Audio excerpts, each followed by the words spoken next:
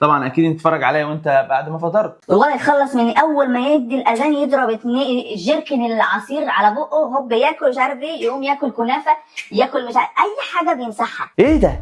حبايب قلب الاداره عاملين ايه؟ اتمنى تكون بخير وبصحه وبسلام. اهلا بيك يا حبيب خالو في المحاضره الخامسه. هطبطب على حبيب خاله زي ما وعدته، ماشي يا عم؟ ماشي. كان نفسنا نطلع لك بعبايه كده او قفطان يعني بمناسبه رمضان وكده، بس الصراحه حبيب خالو ماليش في الكلام ده والله. قال لها مين؟ هم كريت وقبرص، وايه علاقتهم بيك يا يونان؟ انا قاعده هنا اهو. قال لها انت بتتكلمي كده ليه؟ قالت له ما انا من المنوفيه. قال لها منين من المنوفيه؟ قالت له من قناط. قال لها منين من قناط؟ يا ابني ما تخرجنيش عن شعوري يا ابني. هتقعد قاعد تتفرج عليا كده متسطح على ظهرك وخلاص؟ جار مش عاجبها، دوله جنبها، مدينه جنبها مش عاجباها بتحتلها. عم حماده مسك النظام اللي كان في سبارتا قال لها خدي يا بيه. قلت له يخرب بيت دي شغلانه. انت كده خلي بالك بتعملي اعتبارات طبقيه. قالت لي اه. هم اكبر اسرتين دول على اساس ايه معلش؟ مكانه اجتماعيه. كنت منص.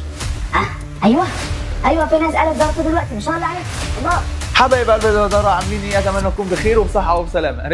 رجاله الاداره في كل مكان، رجاله الاداره في محافظات مصر، اهلا بيك يا حبيب خالو في المحاضره الخامسه. رد.